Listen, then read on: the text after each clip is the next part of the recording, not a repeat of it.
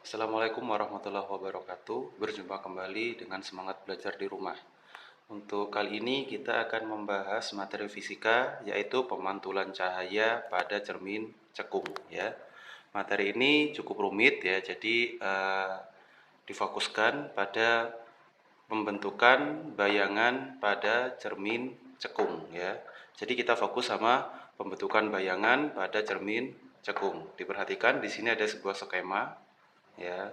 Di sini skema ruang dan bagian-bagian yang ada pada cermin cekung. Perhatikan cermin cekung itu menonjol ke dalam seperti ini ya.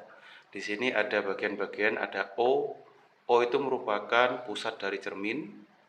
F itu merupakan titik fokus. Sedangkan M itu adalah titik kelengkungan, di mana besarnya M itu adalah 2 dikali fokus. Ya, ingat M itu adalah kelengkungan, F itu adalah fokus. Ya, fokus itu adalah titik konvergen pada saat cahaya tersebut akan menyatu. Kemudian ada bagian-bagian lain, ada angka Romawi di sini ya, ada 1, 2, 3 dan 4 ya. 1, 2, 3 dan 4 ini adalah penanda atau posisi pada benda atau bayangan jika berada pada cermin cekung ya. Jadi jika ruang 1 di antara O dan F, ruang 2 di antara F dan M, ruang 3 itu berada lebih besar dari M. Sedangkan ruang 4 berada di belakang cermin ya. Di mana posisi di depan ataupun di belakang dalam cermin cekung itu dinyatakan sebagai nyata. Jadi jika berada di depan cermin, maka dikatakan berposisi nyata. Sedangkan jika berada di belakang cermin dikatakan maya atau tidak nyata. Ya, baik. Perhatikan, kita lanjut pada sifat bayangan yang dibentuk pada cermin cekung. Diperhatikan di sini. Di sini ada letak benda, ada sifat bayangan ya. Perhatikan ada letak benda, ada sifat bayangan. Jika benda berada di ruang 1, diperhatikan di ruang 1 maka letaknya di sini. Maka bayangan yang dihasilkan adalah maya, tegak, diperbesar dan di ruang 4. Kemudian jika berada tepat di titik F, ya, jadi berada di sini, ya, jika benda berada di titik F, maka sifat yang dihasilkan adalah maya, tegak, dan tak terhingga. Jadi letaknya insya Allah ada di sini, pasti di sini, ya, tapi tak terhingga, semakin membesar. Kemudian ada jika letak benda berada di ruang 2. Ruang 2 itu ingat berada di antara M dan F, berarti di sini, ya. Maka sifat bayangan yang dihasilkan adalah nyata, terbalik, diperbesar, ya, nyata, terbalik dan diperbesar dan berada di ruang 3. Maka nanti bayangannya terletak di sini dan terbalik. Kita lanjut, jika berada di titik M, ya, titik M itu letaknya di sini, tepat di sini, M, maka sifat bayangan yang dihasilkan adalah nyata, terbalik dan sama besar, ya, dan tetap berada di M, tepat di M. Yang terakhir, jika berada di ruang 3, berada di ruang 3, ya, kita lihat jika benda berada di ruang 3 lebih dari M ya, maka sifat bayangan adalah nyata, terbalik dan diperkecil serta berada di ruang 2. Jadi nanti bayangan itu ada di sini ya. Mungkin seperti itu terkait untuk materi tentang pembentukan bayangan pada cermin cekung ya. Untuk lebih jelasnya, untuk lebih memahaminya ya, coba kita mengerjakan contoh soal ya. Contoh soal diperhatikan, kita lanjut pada contoh soal. Ya, di situ contohnya sebuah benda diletakkan 15 cm di depan cermin cekung ya. Jika jarak fokusnya adalah 10 cm, di situ yang pertama kita menentukan jarak bayangan, sifat bayangan dan gambarnya seperti apa ya. Jika diperhatikan. Oke. Yang pertama kita kerjakan, kita tulis diketahui terlebih dahulu. Diketahui ya. Di sini adalah benda. Benda itu dilambangkan S ya, yaitu 15 cm. Ya, satuannya cm, tidak usah kita ubah menjadi meter. Kemudian ada fokus. Ingat, fokus tadi adalah F ya. Maka F sama dengan 10 cm ya. Yang ditanya adalah jarak bayangan ya. maka jarak bayangan itu adalah S aksen. Ya, nah, seperti ini. Kita lanjut, bagaimana cara mengerjakannya? Rumusnya ditulis di sini saja langsung, tidak pada penjabaran tadi.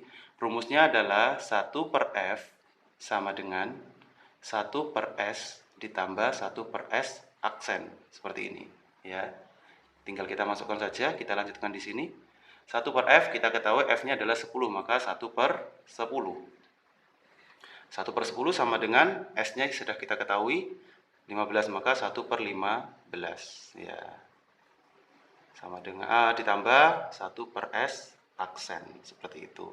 Kita lanjutkan di sini dengan kita pindah ruas ya. Kenapa? Karena tujuannya adalah kita mencari S aksen ya. Kita pindah ruas, kita letakkan di sini saja. Maka 1 per S aksen ya. Di sini yang positif pindah ruas menjadi negatif, maka 1 per 15 negatif ya. 1 per 10 ya. Maka didapat 1 per 10 dikurangi 1 per 15 sama dengan 1 per S aksen. Kita lanjutkan seperti ini. Kita samakan penyebutnya langsung saja ya. 10 dan 15 jika disamakan itu adalah 30 ya, 30 ya. Yang satu ini dikali dengan 3, yang 15 ini dikali 2, maka 1 dikali 2, maka dikurangi 2 sama dengan 1 per S aksen ya, sehingga didapat 3 dikurangi 1, maaf 3 dikurangi 2, 1 per 30 sama dengan 1 per S aksen, sehingga didapatkan S aksen sama dengan 30 cm, seperti itu ya. Kemudian sifat bayangan yang dihasilkan, kita lihat di sini sifatnya, perhatikan. Kita tahu posisi bendanya itu adalah 15 cm dan fokusnya 10 cm ya. Maka coba kita lihat pada gambar yang ada di sini. Jika fokus di sini adalah 10 cm, maka di sini ya 10 cm, maka M di sini adalah, ingat M sama dengan 2 dikali F, maka M-nya adalah 20 cm. Seperti itu ya. Maka letak benda di sini adalah 15 cm, maka 15 itu adalah di antara 10 sama 20. Maka sudah kita pastikan letak benda di sini. Ya, ini letak benda ini. Ya, pada soal. Jadi letak benda 15 cm itu berada di ruang 2 ya. F dan M berada di ruang 2. Tinggal kita lihat pada tabel, letak benda berada di ruang 2. Sehingga sifatnya adalah nyata, terbalik, diperbesar, dan di ruang 3. Kita tulis ya. Maka sifatnya adalah nyata, terbalik, diperbesar, dan di ruang 3. Seperti itu ya. Nyata, terbalik, dan diperbesar serta berada di ruang 3. Jadi letaknya ada di sini ya. Kenapa? Bisa kita tahu ternyata 30 cm. 30 cm itu berarti kan lebih dari 20 cm ya, seperti itu. Maka sifatnya adalah nyata, terbalik, dan diperbesar serta berada di ruang 3 ya. Kemudian yang terakhir adalah gambar skemanya. Wah, di sini tempatnya tidak cukup ya. Coba kita gambar kecil saja di sini ya. Kalau kita gambar skemanya seperti ini. Skemanya seperti ini ya. Kita gambar sederhana saja. Ini adalah F, ini adalah M ya. Ingat di sini tadi adalah 10 cm, di sini adalah 20 cm. Dan letak bendanya adalah 15 cm, maka di sini. Letaknya di sini. Nah, ini adalah benda. Benda. Ya. Kemudian kita sudah tahu nyata, maka nyata itu ada di depan cermin. Terbalik dan diperbesar serta berada di ruang 3. Ruang 3 ada di belakangnya M. Maka letaknya di sini dan terbalik. Terbalik diperbesar. Ya, ini lebih kecil, ya, ini lebih besar. Ya, seperti itu. Ya. Jadi skemanya adalah untuk hasil dari bayangannya adalah nyata, terbalik, dan diperbesar. Oke, ya. Alhamdulillah, itu tadi penjabaran materi dan contoh soal terkait tentang pemantulan cahaya pada cermin cekung. Mudah-mudahan kalian bisa memahaminya. Mohon maaf jika ada penjelasan yang kurang jelas. Terima kasih. Wassalamualaikum warahmatullahi wabarakatuh.